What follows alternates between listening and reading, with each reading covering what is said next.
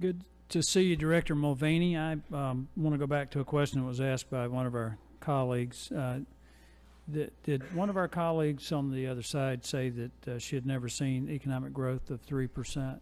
No, I think she said that what I was proposing was never before seen growth. I would like to enter to the record this document that shows that our average growth since for the last 7 years has been 3.21%. Without objection. Thank you, Mr. Chairman. I want to ask you a few questions and try to go through this fairly quickly. In your budget, you show $142 billion over the next 10 years in reductions in improper payments. I want to know why so little when last year the improper payments alone was 133.7. No, thank you, but we never had a chance to talk about that yet. That was a conscious decision. We only took 10% of the improper payments. We didn't want to be accused of using different numbers, so we tried to be as conservative as possible. I think it would have been reasonable for us to go as high as 40 or 50% in that. I think that's a goal that you should shoot for. I think it would be reasonable, and I would like to have the opportunity to help you with that. And keep in mind, if we do what the budget suggests and we get to that 40 or 50%, that's just a faster path to balance.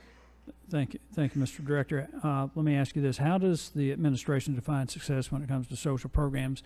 Do you consider adding more people to the welfare rolls as success? That's a yes or no. It's so frustrating to me when I see incentives at the state level to get people onto programs. That's not how you decide. That's not how you measure success. Success should be somebody who was employed, became unemployed, used the benefits available to him or her, whether it's unemployment, SNAP, whatever, as the bridge to get to the next job, gets back into the workforce, back in charge of their own life, back providing for their own family. That's what the safety net is for. That's what it needs to be for, and it needs to provide that type of comfort, but it can't be a permanent dependency. So you're aware that when the government puts people on support that really shouldn't be there, that it disadvantages people who should be on there. For instance, there's a report out of the Illinois Department of Human Services that indicated they were given preference to the able-bodied working-age adults because they were in the Medicaid expansion that resulted in thousands of people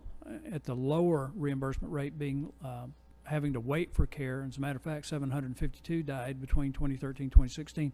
That's a bad policy. Wouldn't you agree with that? It is. The people who pay the highest price for the abuse within the safety net are the folks who really should be on and need the safety net. Well, let me ask you this. My Democrat colleagues cast many of the things that are in this budget as cuts when in fact they should really be talking about savings.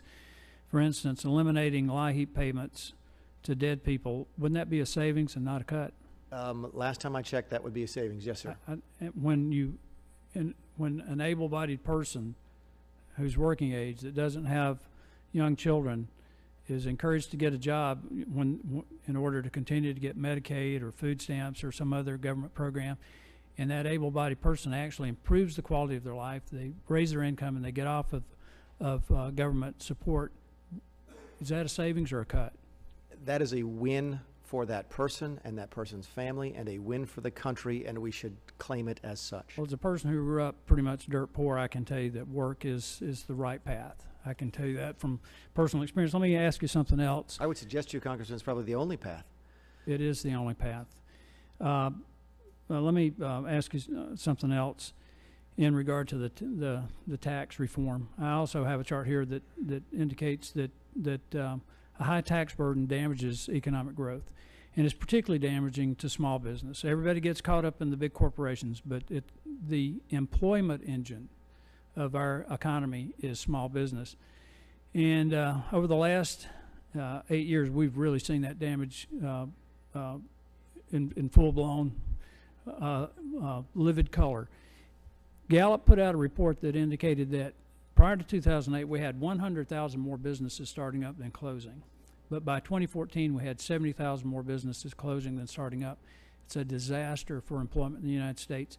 Can you briefly tell us how you think the tax reform policies will it's change that the trajectory? dynamism in the market you're talking about. New business formation is at embarrassingly low levels, and we believe that tax policy certainly has an impact on that. We also actually believe that regulatory policy has more of an influence over that than even tax policy. I've started a small business. I've started a restaurant. I want to tell you that figuring out how to handle all the regulatory requirements was harder than rolling a burrito. So, I mean, the business people want to be in business. They don't want to be in the business of filling out government paperwork. Mr. Chairman, I'd just like to address the chair for a moment. I think it's wonderful. While I don't agree with everything that's in the president's proposed budget, I think it's wonderful that we have a budget director that supports a pro-growth economy, that supports small business formation, and supports getting people back to work. I yield back.